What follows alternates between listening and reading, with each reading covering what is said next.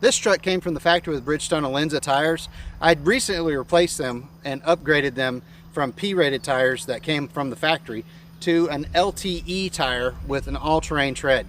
I'm very excited about these tires, but let's talk about the reason why I changed to these tires and why you might want to as well, and why you might want to avoid doing that, and what kind of hit am I seeing on miles per gallon, that sort of thing. So let's talk about that right now.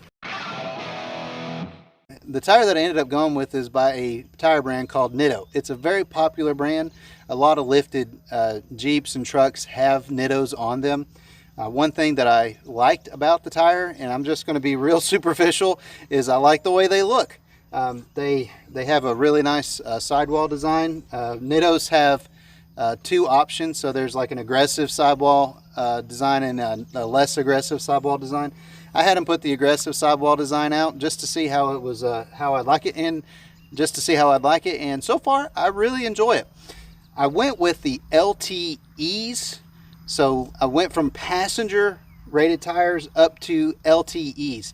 These are tires that you normally find on like a 3/4 ton truck, maybe a dually, I'm not 100% sure, but these particular tires on a 1/2 ton truck are really way more tire than what you would ever need or want. And there's this very specific reason why I did that. They make this tire in a more of a passenger rated tire. It's still like an all-terrain tread, but this particular tire, I wanted to go ahead and go with the LTE because I tow that travel trailer. And LT tires tend to have a lot stiffer sidewall and tend to be a little heavier tire. So this tire is about 10 pounds more as far as the weight of the carcass than the Bridgestone Alenzas that I had on it before. Where that weight actually is, a lot of it's in the sidewall, and of course it's in the all-terrain tread as well. But this particular sidewall has about 10 plies. All right, so the sidewall says that it has tread, 2 steel, 2 polyester, 2 nylon, and then the sidewall is 2 polyester. The website says 10 ply. Math. I'll try to put a picture of this tire's rating somewhere in this neighborhood so you guys can look at that. This particular tire, yeah, 10. I think that says 10 ply. But this is an LT 275 60 R20, and it does say load range E right here, and it does have a max load for single and dual, so this tire can be used on a dually. This tire is rated for 3,415 pounds, and that's at 80 psi.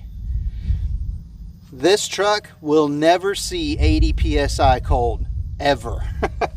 Right now I've got about 40 psi in it, and so I've got the tire way aired down, and that's mostly because I am not carrying anywhere near 3,000 pounds per tire, and I never will, even fully loaded. So according to the load range index chart, what I do is I need to run it around 40 to 44 psi. Whenever I'm towing that trailer, I'm going to air it up to about 50 psi, and it should be a lot firmer. So just the sidewall is just so much more stiff, and so I'm pretty excited to have these tires on Silva. So far I've got about 150 miles on these tires. Not a whole lot. I haven't even actually broke the tires in yet. Really, you need to go about 500 miles on a new set before they really start to settle in, and any kind of squirminess or new wears off of them around 500 mile mark. So not quite there yet. But I do have a pretty early report for you guys on what kind of MPGs that I'm seeing. I was able to take it on about a 100-mile mixed driving run this past Saturday, and the results that I saw were about 19.5 miles per gallon in mixed driving with this truck, 18.5 to 19.5 miles per gallon. Most of the time whenever I am doing that same run, I'm doing 19.5 to 20.5. So I've lost about a mile per gallon in mixed driving. I fully expected to lose some. Not sure exactly how much I will lose on a road trip. I'm hoping that I don't lose too much, but already the preliminary reports show that it's well within a range that I could accept. Silva can get 25 plus miles per gallon on street rated tires. She is 2-wheel drive, but with the tires that are on it, I probably expect to see around 22 to 23 out on the straight interstate driving with no load. With the camper in tow, I'm expecting probably around 9 to 10. If I get anywhere in that neighborhood, I'm going to be just happy. That's about what the truck gets whenever we towed before. So I can get up to 10.5, 11 miles per gallon if I keep my speed around 55 or 60. But you know how the interstate is now. It's pretty hard to keep that speed and stay up with traffic. So I tend to tow about 65 miles an hour in the slow lane, and I get between 9.5 to 10.5 miles per gallon. As far as road noise is concerned, these tires are louder than the street tires. I don't know if your experience, you have ever had a lifted truck or four-wheel drive tires or all-terrain tires or mud-terrain tires. They tend to sing a little bit whenever you're driving down the road. They just have a higher pitched roar to them. It's not bad. These tires have great tread. They look great and they are not obnoxious at all. Actually, I hear them more at about 30 miles per hour than any other speed. So 30 to 35 miles per hour, they're actually the loudest. Out on the interstate, I don't hardly hear them at all. At highway speeds, I don't hear them at all. Below 30, I don't hardly hear them at all.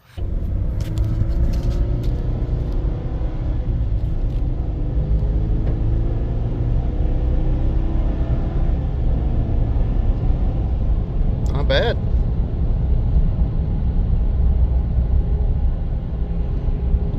They do steer just a little bit heavier, and that's because I've got 20 extra pounds of unsuspended weight that's on my steering axles. So that's just the way it is. Hopefully, as we move throughout the year, and cut all that. I do have about 1,200 miles coming up of towing the big trailer with the truck, and we're going to be using our brand new tires, of course, to do that.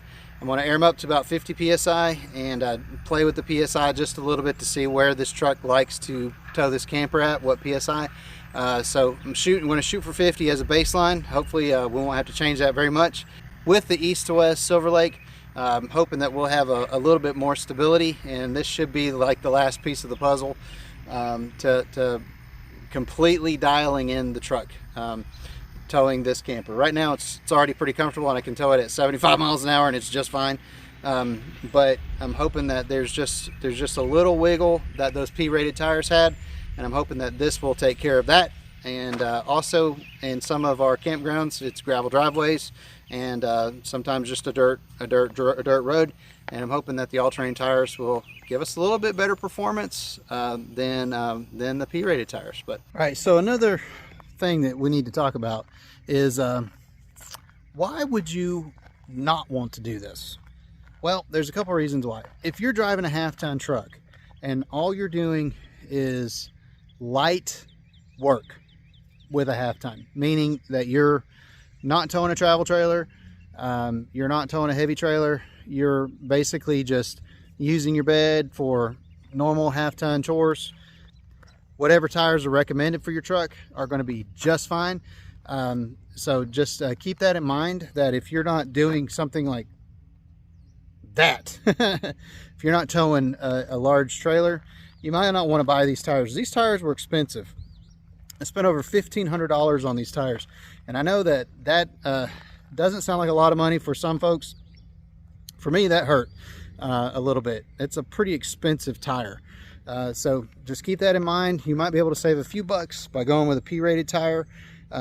You can get all-terrain and mud-terrain tires, very similar to this. As a matter of fact, I think that exact model is made by Nitto, and I think you can get that in like a half-ton. So just keep that in mind. You don't have to buy the most expensive or the biggest rated tire. Make sure you have a use case for it, because you are going to take a hit on MPGs. Anyway, if you guys have any questions or comments, let me know. down below. I would love to try to answer those for you. If you have any experience, I would love to also see that in the comments as well. If you haven't subscribed to the channel, I would appreciate that. We're getting very close to 2,000 subscribers, and we're building a nice little community of people here. So thank you all so much. I appreciate everything that you do to make this channel a success. So guys, have a great day. Thanks.